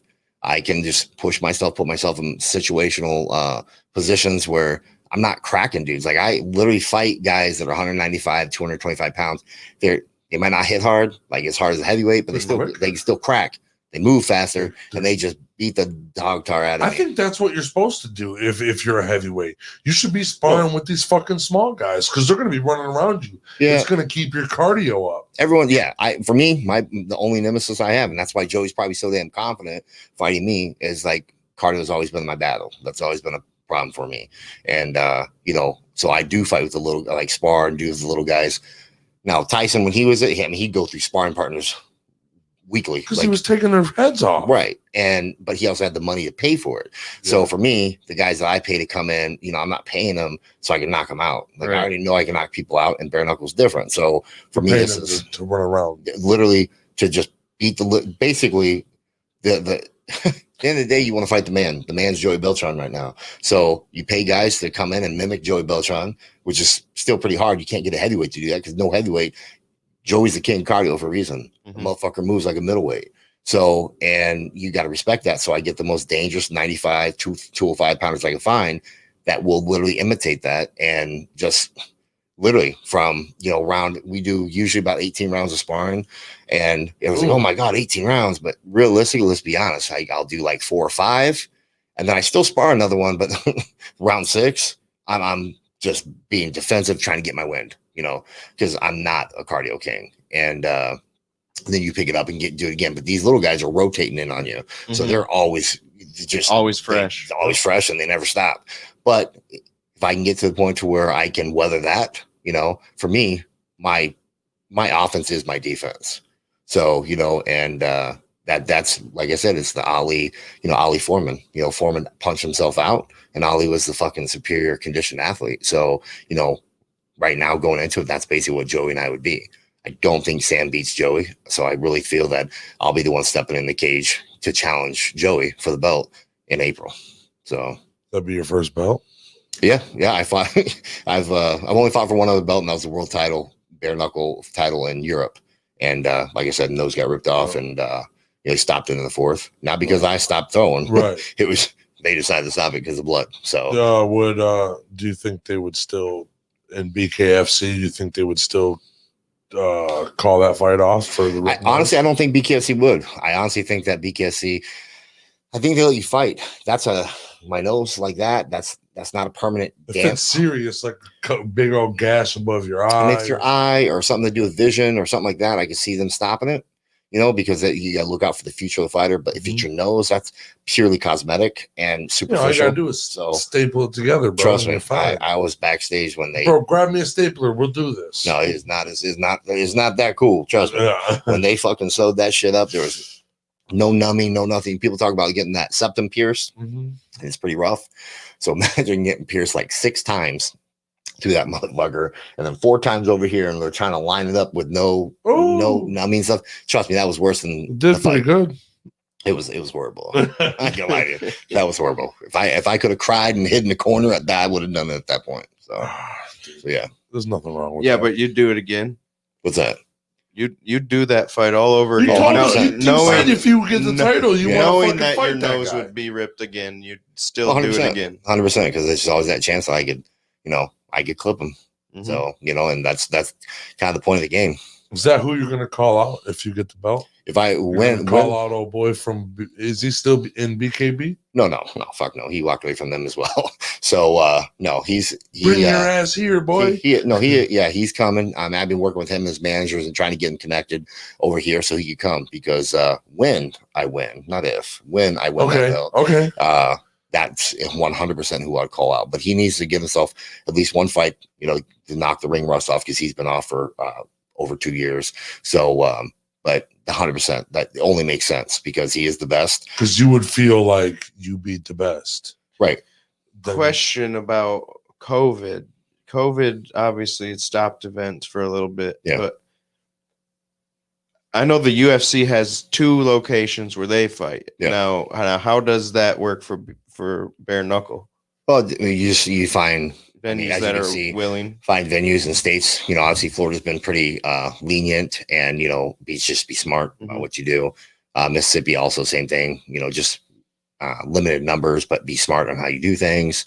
But from what I can see, they've basically been doing Florida, Mississippi. I know Alabama's in talks, Arizona's in talks. Michigan though. No, Whitmer ain't gonna let nothing happen. Yeah, Whitmer is a joke. So yeah. It is what it is. I'm not going to go political, but I can't stand her. So, but yeah. So, but we do it safe. We do testing. We do everything we got to do, and the mask thing and all that jazz, and and we've been able to have great shows. That's sweet. That's it's good that everybody's getting around it now. Everybody's figuring shit out to do, and now everything's starting to come back. Do you think it's ever going to be back? I don't think it'll ever be back to the way we think of what normal is, but I think we're gonna always have to wear the masks. I think. Fuck that. I think that's what's gonna happen. This shit's 99.7% survivability rate. That's come on. At the end of the day, they politicize this shit. So they politicize it. What happens when they politicize shit? Then it gets a life of its own. Now, it doesn't mean it's not real, because I got the shit and I had every symptom you could have, and it lasted literally for 6 I'm just looking days. Look at China. They're still wearing them masks, and everybody always said it was for pollution, but that's not what it is. Well, okay, so I fought in Japan and been over there with Randleman and Coleman and all those guys, and man, 20 years ago, bro, they all wearing masks. It's just because they're so close in proximity, and the Asians are the Asians. They're stacked on top of each other over there. Yeah, and China right now doesn't have any limitations. They don't have a COVID problem. They don't. So at the end of the day, we politicize it. We're the only ones with the COVID. We're making it. We're making it a big ass deal. Yeah. Now UK, they're locked down too, and they actually got like for real lockdown a couple months ago. Yeah, until 6 more weeks. They got 6 more weeks. I got friends over there who I talked to. Matter of fact, I talked to one this morning, and they got 6 more weeks. So they're going. The fighters are going nuts, but there's loopholes for fucking everything. Give them a fucking contract from here. They go, okay, cool. They can go to the embassy. They can get their shit. They can go to Dubai. They can stay there for 14 days, and then come right to America. You're fine. That's the quarantine. 14 days, you're good. Come on, let's go. You came from a country that's not a high risk. Okay. So yeah, I mean that's how Godbeer and so you got to quarantine in a country that's not high risk. Yeah. Yeah. Okay. But and I'm not educated in this area, but from what I saw, what Mark Godbeer and Tyler Good John did, that's what they did. They went to Dubai for 14 days, shot out here to America, and Lord have it, they both got COVID once they got here, but they also went to Vegas, and God bless them. They doing it all on their own. Didn't have a team. Didn't do, Kristen Ferreira. She was doing everything she could. She was their sole team and doing everything that she could for them. But I don't know what they did, but they lived together. So Good John got it. Godbeer got it. Godbeer got it a lot worse than Tyler. Tyler was able to shake it, but that's another thing. Everyone talks shit about Tyler. Tyler's a friend of mine, and everyone's like, oh, fuck the Brits, fuck. Look, Tyler might not be the best in the world, but he's trying to prove that he is, and that dude can fight. He can't fight, and you got to think he came off that COVID. 14 days. He got off the COVID protocol 14 days before the fight, but he tested negative, which made him, if he wanted to fight, he legally could fight. The commission was okay with it. Yep. He didn't come out here not to fight. He came out and he fought Bennett, and Bennett actually was trained. Bennett usually don't train for fights. Charles trained for that fight for a whole month, which doesn't sound like a lot, but for him, that's a lot because that dude don't train. He's just a natural freak. So, and, Tyler got the dub, got the nod, and, I think he's got a lot to prove, and I think he wants to prove it. So, and obviously, he's not going to go to BKB or anymore or anything like that. So this is where he's got to make his stand. So, and then Mark and I were going to fight, that's what we wanted. But then they had Mark and Sam, and then obviously he pulled out and Bobo got to step in with Sam. He's a fucking legend. That'd be sweet. So, not Mark Coleman. Oh, no, Mark I got was here. gonna say, okay. Yeah. Oh, yeah. Yeah. Duh. Yeah, Coleman ain't fighting, bro. No, he ain't fighting that again. Sit. Yeah, he's old, man. I was like, he's a legend, dude. Yeah, no, but You're gonna hurt him. no. I'll tell you what, you don't want to get hit by Mark, man. No way. He gets like a damn freight train, I don't bro. want to get hit by none of y'all. No, so yeah. So we'll see what happens. But you can get over from there. You can come. You just gotta basically have a contract. Got a contract and a good manager, and they know exactly what to do. It's easy. So it's not easy, but I like they can that. get it done. That Abu Dhabi's like the peace grounds right now. You go there, chill out for a few days, then you can come here. Yeah. They've got that bubble. Yep. Yep. Yeah, I mean, literally right now, like most of the guys that I know from the UK that are professional fighters, they're not even in the UK anymore. They basically live and train out of Abu Dhabi or Jesus. What did I just say? Dubai. Thank you. Yeah, so you got me Abu Dhabi. Close. So anyway, Dubai. They're all trained out of Dubai, and that's where they're fighting out of. Most of the European fighters train and fight out of there. But I think Godbeer and Tyler kind of did it different, where they just were there 14 days doing their own fitness, and then they jumped out here to train. Most of the UK fighters are training in Dubai, stay in Dubai, and then when it's time to leave, then they head on out. So it's a little different. It's kind of like the games I did when I first fought for the UK. I mean, they don't pay great, and they fly you out. You get shit. There was a fight that so what? You just flew out there like a couple weeks before? Not a couple weeks. My ass fly out 3 days before. So. And hell, one time I flew out the day of the fight. By the time I flew out the day before the fight, but when I landed, it was the day of the fight. Got off the plane, it was like 15 hours. Went to the venue, weighed in, went back to where I was staying at the fighter house. Tried to get a 2-hour nap, went back, fought that night. That's nuts. You win? Yeah, knocked him out. So, and what the fuck you think? Trying to go to of bed, course bitch. I did. Oh, that's when all the games with BKB really started, was that fight, because basically. They're like, oh, mate, we love working. You're so easy. It's because, one, I didn't ask for $1 million. I was just trying to get experience, pay for my shit, make it so I don't lose money coming out here. We're good. And then that's when they started playing games, started switching up, literally switching opponents up day of, 2 weeks before, 1 week before. And I was supposed to fight this guy named Ferry, who's a really good fighter for them out there. And he's really dominant until he got in trouble with the law. And they, for some reason, he couldn't fight. And I get there and they're like, oh, here, mate, this is who you're going to fight. Some 6'7", 270-pound white boy that's shredded. I'm like, okay, it's a big boy. Like, okay. Went in there and he's strong, but you can't see it because they obviously take that shit down. But, I knocked his ass out. So it was what it was. So you just got to do what you got to do. So it sounds like it sucks over there at BKB. In the beginning, I can be fair. Like, I'm not a hater. Like, in the beginning, they were good. They took care of us and they were cool. And then all of a sudden, they're just like two little weasels. They basically got bigger than their britches, and they thought they were big time and this and that. And the reality, my shit don't stink now. So you pretty much. Yep, you do whatever the fuck I say. Like my Pottermore fight that I fought, they stuck me in a hotel by myself, didn't send a corner. Oh, don't worry, mate. You're like family over there. We'll get someone to corner you. I'm like, whatever. I'm a fighter. I don't need someone in my ear. Yeah. So, and sent me in some fucking hotel that was off the beaten path. They didn't even drive me to the damn hotel. They're like, oh, you're a full-grown adult, mate. You can take these trains. Now, mind you, if you're not about the train system over there, the Piccadilly, something like you're 45 minutes switching from one train to another train underground. And if you fuck it up, you literally can fuck it up. Like you'd be way off the beaten path. So dude, how did I fucking end up in Amsterdam? Dude? Yeah, bro, it's retarded. It was retarded. So, I just started losing a lot of respect for them because I'm just like, you know what? It is what it is, man. But the fighters, fuck with me, dude. That's bullshit. Yeah, I mean, the fighters are good. Jimmy Sweeney's a great dude.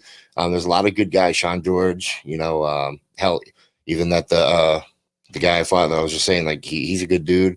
Like they're not bad guys. It's just the promoters, there's a reason they pay you cash. Like it's more respect than bare knuckle.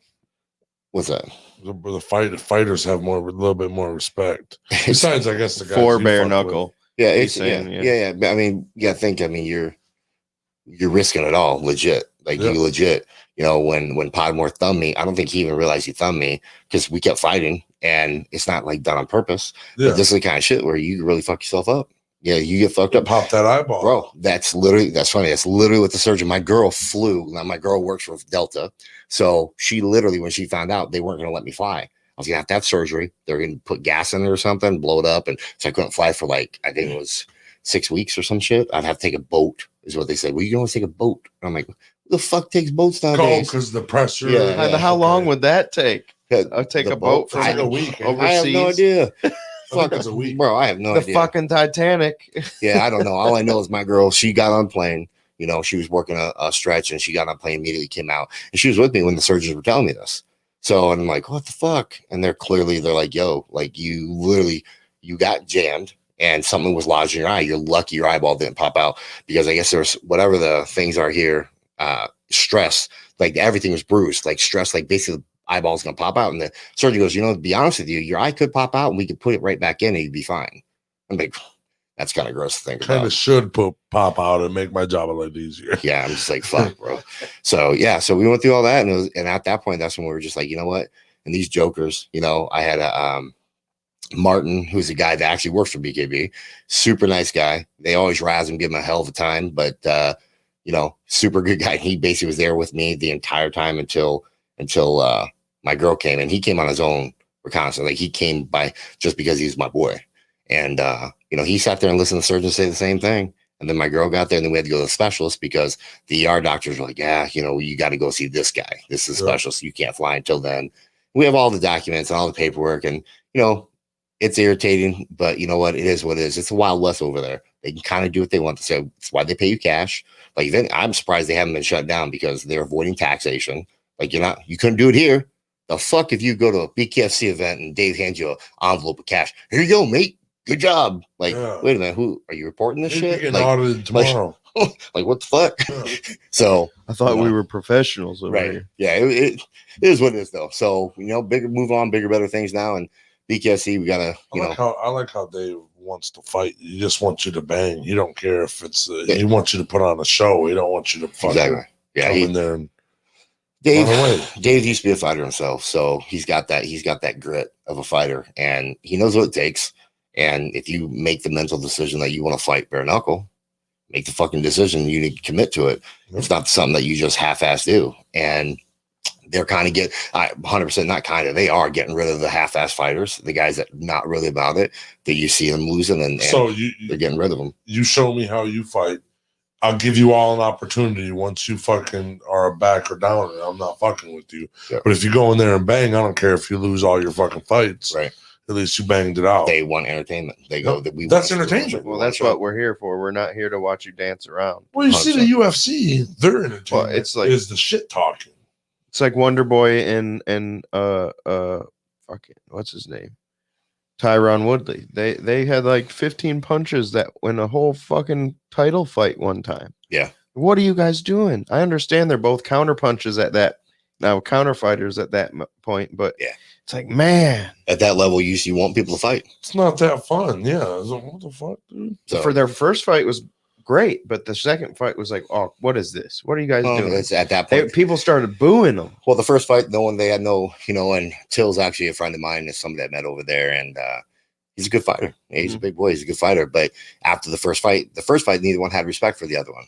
As they fought each other, now you guys like, oh fuck, yeah, this dude's legit. So now they're going to play smart, you know, and it's just, it is what it is. They're still warriors, they're still fighters. Sometimes you get in that position where mentally you're like, I got to be smart. Like they can boo me as much as they want. If I have one bad fight or one boring fight, it won't, circumvent the 10. Right. Exciting. Okay. Right. So, right. And I always root for Darren too. Yeah, he's a good. Always dude. root for that dude. He's actually a really good guy. He's a good dude. Cool. So yeah, which fight? I fought a Billy Hawthorne, basically the Tank Abbott of the UK. Guy's like 5'9". He weighed more than I did. His legs were bigger than my waist. Drank a 30-pack a day, bro. It's insane. This dude slept everybody he fought. He fought like a butterbean. Well, exactly. Like he straight up slept everybody, all these big heavyweights, and they'd all knock him down. He'd get up, come back in, and these fucking overhand rights. And dude, when I say sleep, I'm like, they were out cold. And so they're like, you want to fight him? Mark Hunt in the UFC was like that, had a nice look. Yeah, but Mark Hunt looked good, like looked better than this kid. Oh, really? Yeah. You remember Tank Abbott? Oh, yeah. It's literally, so I fought him in Liverpool, and that's when I met Till, because I was going around doing like appearances, talking to people, and Till happened to be one of the guys I did an appearance with. And I fought that dude. First round, same thing with like Sorrow. I was like, okay, gotta be a little careful here, because this dude's gonna probably crack me, and it's gonna surprise me. And he cracked me, cut me a little bit, but I realized it wasn't for me. I didn't feel like it was that bad. I knocked him down in the first round in the corner, and then he came out, and I didn't do it in the fight, but after the fight, you could watch the replay. His corner's like, were you afraid of him? Go get him. I'm like, oh, Jesus. I didn't know that going in the second round. In the second round, he just came at me, gangbusters, and it was like a dip hook. And dude, right on his face, boom. He wasn't getting up. So that was a fun fight, because basically he was sleeping. Yeah, well, it's not even going that night. He was down, and he tried to get up, and he was on his knuckles. He like almost fell forward, and he's like rocking, and he's just sitting there, like because the God's honest truth, the dude's he starched everybody he fought. So I was the first heavyweight, because he'd been hit, but he'd never been stopped. So that was a wild fight. That was same shit. When you go, fuck. Any day, any given day, any fighter can beat anybody, So, I don't want to get beat by this little fat dude, because I'm going to look horrible. Tank Abbott looks like every truck driver driving across America right now. Yeah. We can knock your ass out cold. So, yeah. So you got to be careful. Sometimes motherfuckers are just coming out there, and that's their day. Yep. There ain't nobody stopping them. And so some fighters get that way, So and no matter how good you are or how ready you are, it's like they're just on point. That's Buster Douglas Tyson. Buster Douglas Tyson. Tyson had his number, had him fucked up, but that day Douglas was not, for his mama, he just wasn't gonna quit. Yep. And he just found that extra gear, and Tyson found his first that's loss. kind of what McGregor hit his point. He right here's his peak, and I don't think he's ever going to hit that ever again. Yeah. Even if he came back full time. Yeah, no. At the end of the day, man, when you literally are a quarter of a billionaire and you came from fucking nothing. He did great with the Cerrone fight, but he had another really long layoff.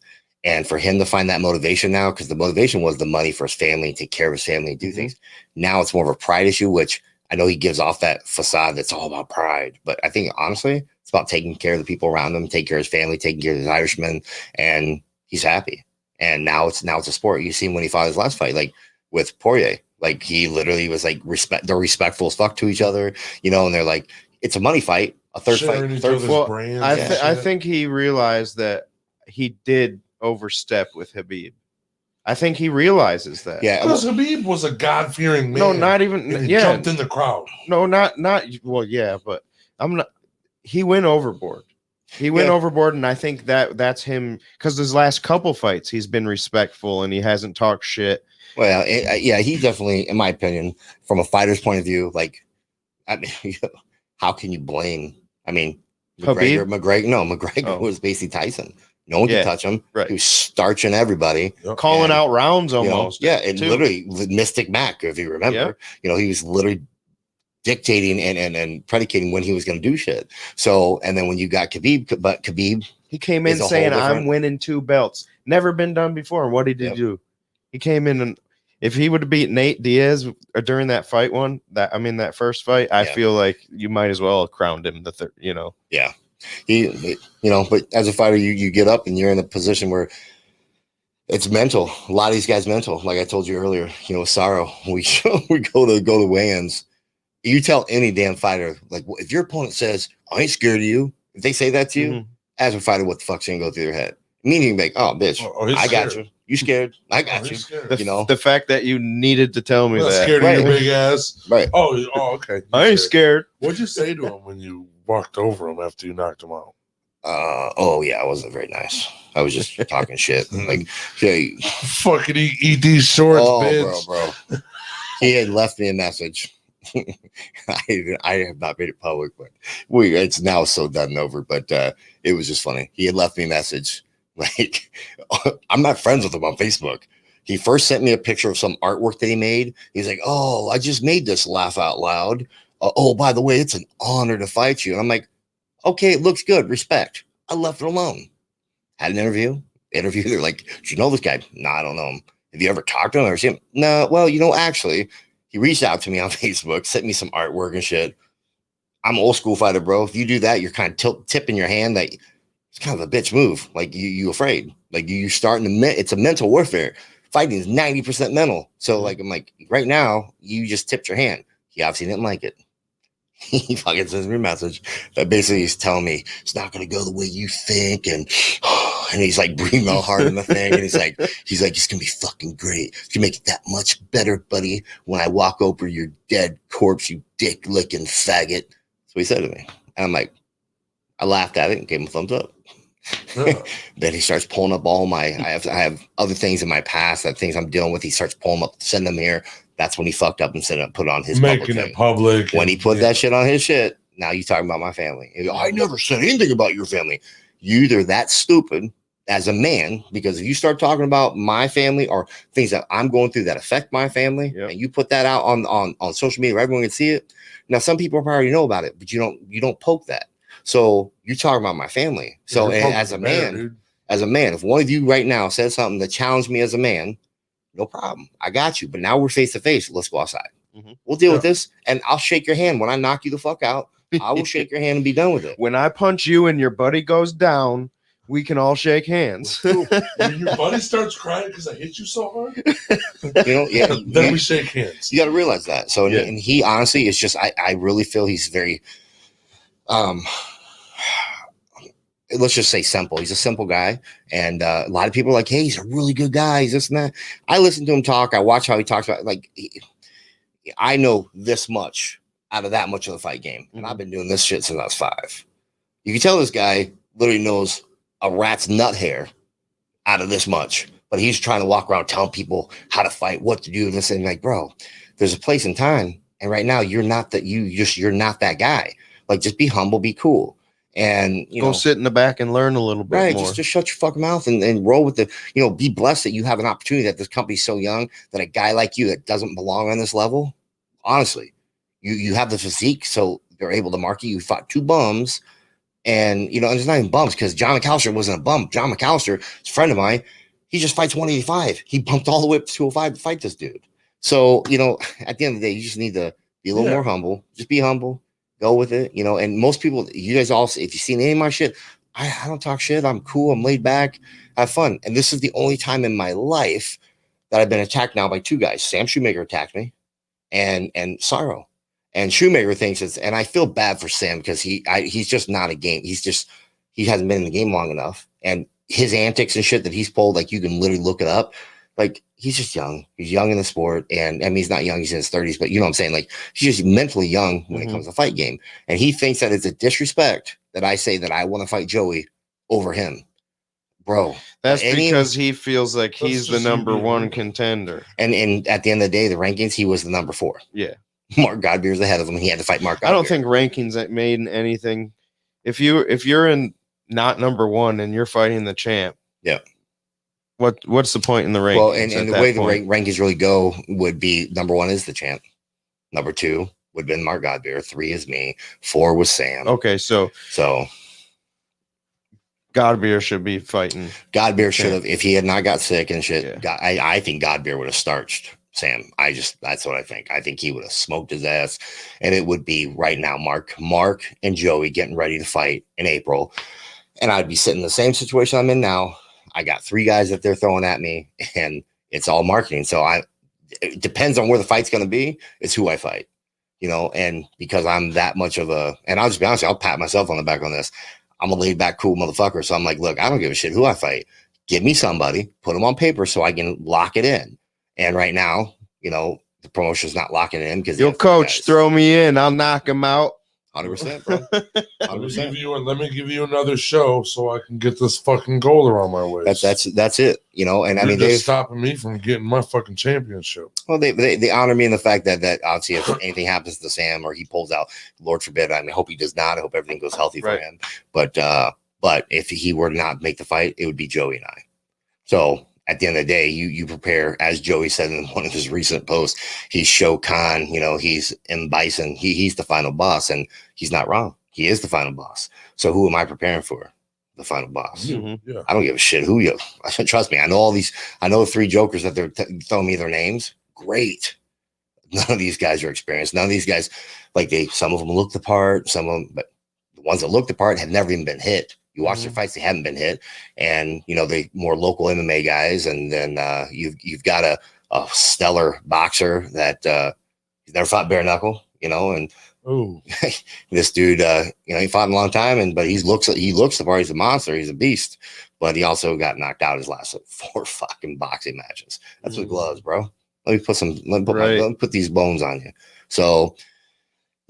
So at the end of the day, and I want Godbeer. I'll just tell you right now, if I cannot fight Joey, the Mark Godbeer fight's the one I want. Mark Godbeer wants to fight me. We're cordial. We literally talk to each other online. We're like, yo, man, let's make this fight happen. Because we both believe we're both number 1, number 2. And, the winner of us is going to be we'll have the strap. And that's obviously before Mickey comes over. And if Mick comes over, I have the strap. I want to fight Mick. Come on, Mick. I want those hands. Oh, yeah. Knuckle up, buddy. I like the way that shit goes. Yeah. Got your own little brand. It's branded nicely. It's fucking sweet. So the future is gold around the waist. 100%. Do that. Defend it a few times. And then obviously take a spot or take a position in BKFC and help be an ambassador and, get the sport out there. Oh, really? There's not a lot of. That's the future? That's my plans. It's my hope. Because you watch even these old boxing coaches that they don't know what the fuck they're doing. If you could take the best boxing coaches, bare knuckle ain't boxing, bro. It is a complete different world. So you get the MMA guys, and nobody fucking knows, especially in America. This is a very baby sport, very new. Very brand new. And when I went over in the UK, the blessing, the reason I went through all the shit I went through is because of the people over there. The shit that I learned from these travelers and these guys have been Jimmy Sweeney's been doing this since he was a little kid. These guys, they teach you tricks. They show you how to do shit. And you learn from the best. You learn how to train from the best. You got these idiots out here hitting boards with their fists and doing all this shit. I'm like, look, motherfucker, you ain't an Asian that's been doing this shit for 25 years, Kung Fu master. It's repetitive impact. That's why it's so effective for them. You go do it now with your hands, you're going to hurt yourself because it is bone density. Okay, and repetitive impact that trains your body to be able to do these things. So these idiots that go watch some Jackie Chan Kung Fu movie and I'm gonna start doing these guys. Their hands are great. Yeah, break your skull in half, buddy. And as soon as I hit that plank, I'm going, fuck, dude. It's the funniest shit in the world. So I think that the bare knuckle world needs good representatives and good ambassadors to actually teach these young bucks that are coming up, how to train yourself, how not to get hurt, how to do it properly, and be a success in a sport. You'll be one of the legends. That's kind of. And then you also have to inform the fans a bit too. They're used to combat sports, but boxing has died off a bit, and UFC is taken over. Right. MMA, whatever you want to call it. So now being in this combat sport, and now pay-per-view started. You're in the league now. Yep. That's official in my eyes. You guys, it's official from here on out. Yep. No, and like I said, you just got to go to an event.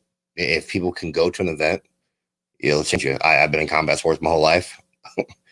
My very first one, watched it, was a part of it, and changed who I was, changed the passion that I had, because I just fucked around with MMA. Like, that's just the reality. Like, anybody tell you, like, why are you taking a fight on 2 weeks notice? And that's Bobby Lashley. Why are you fighting on 2 weeks notice? Like, I don't give a fuck. Like, what Bobby Lashley? Yeah, I'm like, what if I beat him? Son of a bitch. So, fuck Thiago Santos, Bobby Lashley, Eric Prindle, fucking dude, Rafael Butler. Like, the list goes down. Like, go down the list. Like, everybody I fought, literally all these guys go, oh, you're a bum, you're this. I'm like, all right, cool. First of all, Sure Dog's kind of a joke, because when I fought with Mark and those guys, they don't qualify those fights because they're not promotion. There was no sanctioning bodies, so they don't go on to the damn thing, And so realistically, I'm not a 500 fighter on MMA, but it's just a little above. But you look at my opponents, okay, do their win ratio. They have a 97% win ratio. All my opponents. Show me somebody else that has that. Most guys fucking pad their shit, fight local at the local Ohio State Fair and all this. You ain't fight nobody. You ain't fight nobody. It don't mean shit. But you put me in there with the best in the world, and I can hang, I can swim. I might not get the W, but I'm going to swim with you.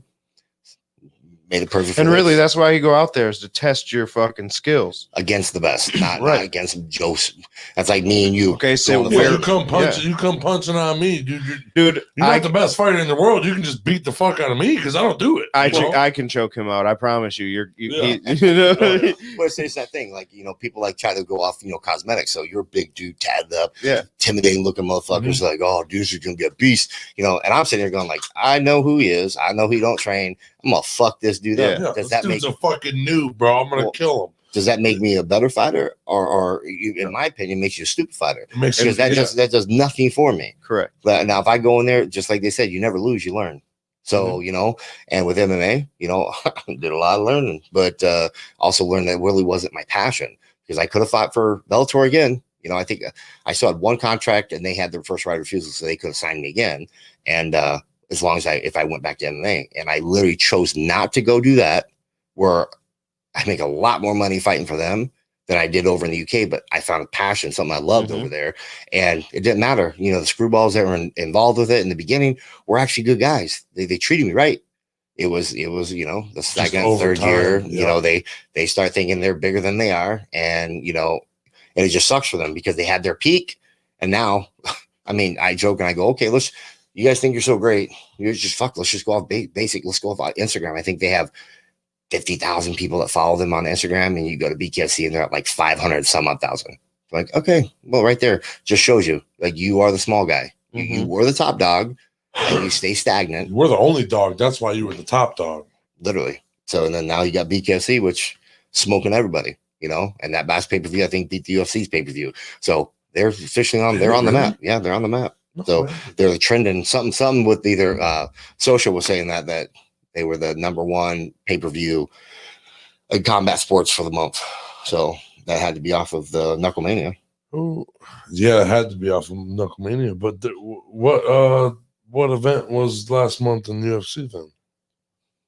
Kamaru Usman was just the recent one. Yeah, Usman and I can't remember. Burns and Usman. No, I can't remember which the pay-per-view. It was before that. Was it the Conor McGregor one? No. What was in between the Conor McGregor one and the Usman one? I don't know. I can't remember. I'll be honest, I really don't follow. Either way, if we don't know it, it wasn't nothing hot. Right. So, right. So I definitely believe that. So no, this is gonna be a sport, man. I'm telling you, it's gonna be the sport of the future. And like you said, I want to be one of the pioneers, one of the legends. That's part of it. The only way I can get that label is obviously win that strap. Yep. Got to win that strap. So and I've heard of it. Like when Artem fought, what was his name? Molly. Yeah, Malignaggi. Yeah, I've heard of the fights, and that's when I first heard of. And I've been paying attention a little bit, but now recently, that's when I'm like, okay, I see what's going on. They're taking this seriously. It's serious. Yeah, I thought it was like, when I first saw it, I was like, what's this, backyard fighting fucking on a nice YouTube channel? And now it's like, now I'm like, I watched the pay-per-view, I was like, holy fuck, this is actually like UFC quality. This is legit. Yeah. I'm excited to see where it goes from here, honestly. Well, we're doing a lot better. BKFC in the first year, they do their trials and errors and learn, because who the fuck really wants to fight bare knuckle? That's the reality. When they first hit me up, like, do you really want to fight bare knuckle? Like, Josh, you really want to fight bare knuckle? Like, you got another contract with Bellator. You win that, dude. You're going to get another 3-fight deal and blah, blah, blah. Worried about the hands. Like, man, you got to think of longevity, this and that. I'm like, and that honestly is in your head. You're like, fuck. Well, let me try it. Let me just see. And when you fall in love, bro. 100%. You're blind to everything else. It is what it is, and it grew. And even the BKFC, they just tried what they could get, who they could get on the cards, guys willing to fight. And there's times, Dave got some heat because he got in the ring. It was like, look, the last motherfucker, and I don't remember his name, but the last motherfucker didn't fight. Guess what? I'm gonna dock that motherfucker pay because we didn't bring you in to fucking run. I've seen that. And that realistically, I don't think he could do that. But I don't that's think his passion. That's his passion. Like, look, said I didn't bring you in here to fucking run away. Right. You got Joe Rogan heated up about that. I heard. Joe. Yeah, I know Joe, and he was like, "Oh, that just make Joe just it delegitimized the sport in his opinion if you can do that." But it was just mad. So Dave was upset. It was. It's a learning curve. So you just keep moving forward. Learn for that mistake. You can't be some fucking big guy, CEO of a company, and then come. T-Rub's dream is for Joe Rogan to at least hear our name and know who we are. I'll just shake our hand. I don't even really I don't care if you're on my show or if I'm on your show. Just say what's up, brain jerk. That's it. I'll fucking go home. I'll go home. That'll definitely make it. I'm gonna go rub it in my dad's face. Look, Dad. We'll do our part. I'll send him a message. We'll see what he says. Yeah. So yeah, he's good boys with Mark, my brother. So he's real good friends with him too. So but you know how that goes. Shit. Yeah. Joe does something for you. You're all set. Yeah. He's got a lot of people that follow that. I don't even care if he does it publicly. Yeah, just hit me up or fucking thumbs up something. I don't give a shit, bro. Right on. Joe Rogan. I'd literally not talk to any of my friends anymore. I'd be like, dude, I'm too cool to talk. Joe Rogan talked to me. I'm too cool now. Yeah. No, it's just, and to be quite honest with you, ever since I started mine, I've been watching my own podcast, not nobody else's. So I don't even watch Joe Rogan anymore. Right on. So you pay attention, man. If you're a perfectionist, it's the same thing with me. Like you said, train and look for people that you're gonna fight. You really pay attention to yourself, because the only one that's really gonna beat you, if you're at that level that you believe, where you are, and which I do, the only one that's gonna beat me is me. Yep. So, and like with Joey, I know the problem that Joey, presents. Joey's not the one that's going to beat that. It's me. I have to prepare myself to beat that challenge. So it's an obstacle. I have to have the answer for it. And if I don't, Joey didn't beat me. I beat myself because I already knew. You got the question going into it. I knew what he was coming. You either study and get ready for it and know the answer, or you can be like, well, this might be right. This might not. It's a 50-50. Then, you didn't do everything you could. Now, how are you going to improve the cardio? We already are. So how do you do that? Running or? I don't want you to give away secrets. Well, it's not even a secret. Every fighter, we all have our things. I'm a big boy. I'm 275. Mm-hmm. So running is a part of it, but it's not long distance running. Like I said, again, we're in a sprint. This ain't a marathon. Right. Joey's just blasted out. It's a different endurance. Okay. Yeah, because Joey, Jesus, I'm sure that guy can do a triathlon and fucking be just fine, like the Diaz brothers. But that's not what this is. It's a 10-minute fight. Yeah. So I need to be able to prepare myself to be explosive because I am a pressure fighter. That's an explosive pressure fighter. So I need to be able to go 2 minutes at a time at almost a full sprint if need be, and be able to bring my heart rate back down after that round and then do it again and be able to do that 5 times in a row. And there's, plenty of science behind it. And Garen Clark is my strength and conditioning coach. And I'll just put you this way. Whoever fights me next, I feel bad for him because the shit he puts me through, I tell him too, I'm like, man, I'm going to come just slap you in the head because most of my fights are under 3 minutes. And if I knock this dude out in 20 seconds and you make me do all this shit, drives me nuts. I just kid, but no, he's motherfucker. Yeah, but that's the reason you're going to get him in 20 seconds if that's the case. Yeah, some of the shit that he has me do is just, it's like what happened when one of those guys just has an iron jaw. Exactly. Like, fuck. Well, then I go to your little chubby body. Dude, I don't care who you are. Like I got an iron head, but you know what?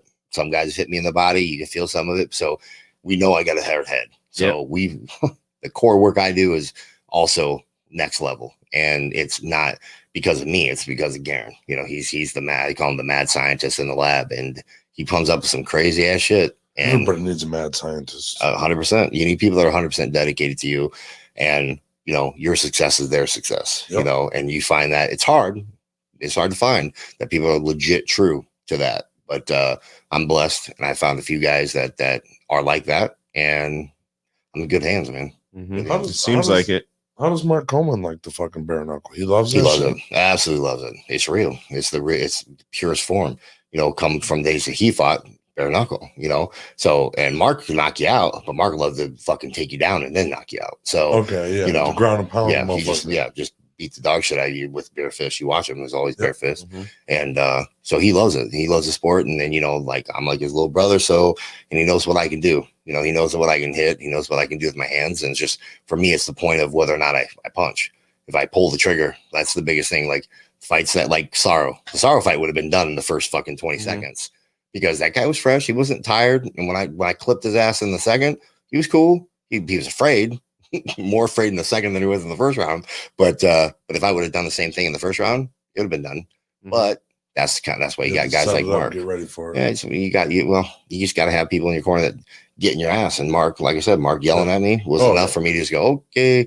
It wasn't not even a thought process. He said it. To the bottom rope like he was up in there. Fucking, I seen him too in that fight. Now with such short rounds, does he have enough time to see enough of what that dude is doing and what you're doing wrong or what you're doing right to guide you enough? Is it is enough time? Well, he does it with Victor Torres, who's my boxing coach. And to be honest, Vic and I are just friends. We've been friends, and experience wise, we're equal. So it's more just I shut down. You know, Leroy Johnson was my boy, like one of my best friends, and he was always in my corner. But he's obviously really successful business wise. He's got a lot of things going on, but those are the guys that have always been in my corner. And you know, you only need you don't need 10 seconds. I can fight 10 seconds and come back, and I can have 100 things I can tell you. You know, so it's really well to you. I just think having somebody with that eye, you know, with that experience, that's huge. That experience, you got that experience, you know, and like in Coleman's, you know, Mark just says the same thing all the time. He's just like, listen, I don't give a fuck who they are. I don't care how badass they are. He goes, you can take their punch. He goes, but they can't take yours. He goes, just throw your fucking hands. Yeah. So, and for me with this, I have had my nose ripped off, and I have had shit happen to me where, because I was being careless and just reckless. And doesn't mean it stops me. I keep coming forward, but you're still sitting there going, God damn, something burning. Like it's burning. My nose is burning. What the fuck? So it's not like you really feel it, but you feel it, you know? And so you don't want that same, you know, thing to happen again because you're being careless. So you got to be smart, and you got to have people telling you what to do intelligently, you know, because like I said, as soon as you get hit, you're going to go back to your natural instinct, which you normally do. So for me, that's the buckle down, let people crack me. What if you don't get hit? Well, then the second chances are you knocked him out. Well, second, let's go second round with Sorrow. He didn't touch me. Yeah, not at all. So he was the first round. You guys are both swinging. I was like, the first round was I thought this was going to be a good fight, and the next round, it wasn't even fair. Well, the first round, to be fair, I hit him in the shoulder once, and his whole body shifted. Hit him with a jab once, and I thought you got thumbed in the eye. You got it in the eye a little bit. Yeah, whether it was intentional or it wasn't intentional. Yeah. You know, it's just there's still shots. I mean, just Sorrow's young in the game, and that's his way of trying to keep someone away. Like you're getting attacked by something, you're just gonna like this, and that's literally just a still shot where his pinky's basically in the eye, where he's just pushing me away, and he didn't do it on purpose, and it's just instinct. It's fight or flight. You're just going. So shit. This big motherfucker's rushing me. What the fuck? So and he was the kind of guy that and it's just what's sad. It's like I said it to him, or I said it in the interviews before the fight. I go, look, this guy literally drinking his own Kool-Aid. He just thinks that he's the God's gift to punching, and you know he's gonna stop anybody. I'm like, if you paid attention to any of my fights, I've been hit by guys that are twice your size. Eric Prendle's in his prime, not the old Eric Prendle. Young Eric Prendle that was 310 pounds and cut to 265, a 5-time all Army Armed Forces champion, heavyweight boxing champion. And I took 72 of his rights. Boom. Didn't rock me. Just tore my face up, you know, and I got that big cut. So I can obviously take a punch. If he was smart, he paid attention to that and go, okay, this dude, you know, he can take a shot. You got to work angles. You're going to have to outbox me. Be the golden gloves that you say you are. And I think he just had a rude awakening when he started getting in there, and the first couple punches were jabs, and I just saw his face like, oh fuck. Golden gloves met the concrete gloves, bro. Fucking gold soft, buddy. Yeah, literally. So yeah, That's plug yourself, your social medias, anything you got going on, and then we got one more question for you. all right. So I'm hashtagging right now, doing the hashtag Burns versus Beltran BKFC. It's trending, so we're getting that. Share going. that every day. So yeah, appreciate that. And so all my social media, I'm really like Glory Hound. So it's like Josh the Hammer Burns on Instagram, just Josh Burns on Facebook. You guys don't pay attention to what's going on, hit me, shoot me up. I usually do I do good on responding to people. So if you want to, talk to me, you want to talk shit, you want to do it, go to my Instagram. You'll see guys that call me, I'm a fat bastard. And when I fought, I looked a little chunky in that fight. So yeah, but you fucking clean the clock, bro. Yeah, dude, you look like the Incredible Hulk. Yeah, Incredible Fat Hulk, man. I come on, man. I was like, I had a little gut, but it was just one of those things. I just couldn't fight at 275 where I was, and everybody that loses weight or works out, they know they have a funk stage. My funk stage is between about 266 to 258. I get it because my chest, everything starts shrinking. My belly just looks like it's bigger. It's really not, but because everything else is coming down, because I couldn't lift, I couldn't do my dynamic strength training, and because I had to be under 265 for Sorrow, which is usually not the rule, but because they were afraid. Sorrow saying he's going to come in big, but he was fighting. He's walking around 225, fought at 205. He came in at 245, 246, I think. So I really didn't have to drop weight, but we didn't know what he was going to come in at. So we played safe. They don't like that too big of a weight difference. Just depending on certain commissions. Some commissions are, inexperienced compared to others, and some allow some things, some don't, so you got me versus Gabriel Gonzaga, and Gonzaga is obviously a legend in the sport, and he has massive amounts of fights. And if we had a 40-pound difference, they really didn't care because I also have the same experience. So it's cool. But you get a guy that's only 2-0, just starting the game, we're gonna be smarter. So make sure we don't give them reason to give us any grief. Okay. So, yeah. So that's pretty much it. So yeah. All right. What's the question? All right. So if you had one last thing to say to the world, what would it be? One last thing in the world. Yep, you're on your deathbed or something. Oh, I'm dying? Yeah. He said, I'm dying? He's like, I feel fine. Damn. Fuck. Let's see. I don't know. It's probably the best thing in life is just don't take your shit too serious, man. Don't take yourself too serious. Don't take life so serious. You only got one. Have fun. Find the right people. Fuck what everyone else says. Be happy with who you are. Don't try to fucking please everyone else, because I can tell you right now, I'm that person. I'm that people pleaser. I try to make everyone happy, and it's fucking impossible. No matter what my last fight's a perfect example of it.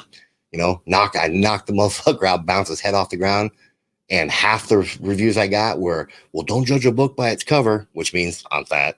And the other responses are, well, that fat boy got lucky. So no matter what you do, no matter how you do shit, you're going to have haters. That's how you know you made it. Motherfuckers talk shit about you, that they at least watched you, bro. Right, they at least watched. Yep. Whenever we get haters, I tell them thank you for your comment and your view. Yeah, and I carry on. 100%, man, 100%. It's like that crazy ex-girlfriend. You just don't respond to the bitch, because you respond to her, any kind of attention is good attention. So whether you're negative, so same concept, So yeah, so I guess on one end you can look at it as positive, but just do you, man. Be happy, and make sure you got a good team around you. Good words. I thought you were gonna say, I'm gonna have that strap, motherfuckers. You better watch the fuck out. Again, so it's the same thing, man. It goes back to, this is fun. This is something I do for fun. It's not life, because in 5 years from now, I probably won't be fighting. And it's everything to me right now. You'll be backstage. You'll be in the promotion. You never know what goes on in life. So, just be happy where you're at in the moment, because it could end at any moment. And just, if you happen to be laying on your deathbed, like today, if I leave this, get in a car wreck, and I'm laying in my deathbed, knowing I'm going to die, am I happy with what I've done? The biggest thing I always tell my kids is try to have no regrets. Mm-hmm. We're humans. We're going to have them, but you do your best to not be that guy. You don't want to be 80 sitting in a rocking chair going, oh, I shoulda, coulda, woulda. Right. Or you don't want to be 40 and sit there laying in bed going, man, I wish I'd done this different. So be happy. Don't stress about it. Don't stress it out so 100%. Much. Don't think about it so much. Just fucking do. Just do what you do. Be who you are. Yeah. Own your actions, man. Own your actions. Believe in what you do. Self accountability is Absolutely. huge. Fucking positive words from Mr. Josh Burns. It's the Josh Burns Show. It's the Josh Bird It's Show. the Josh Burns Show. That's it for episode 63 of Pillar Talk, Yeah. man. Thank you for coming in and sitting Yeah, no with doubt. us, man. It was great meeting you. Yes. And I hope to see the gold around your fucking waist, man. You will. I love you guys. Have a great day. Later. Brought to you by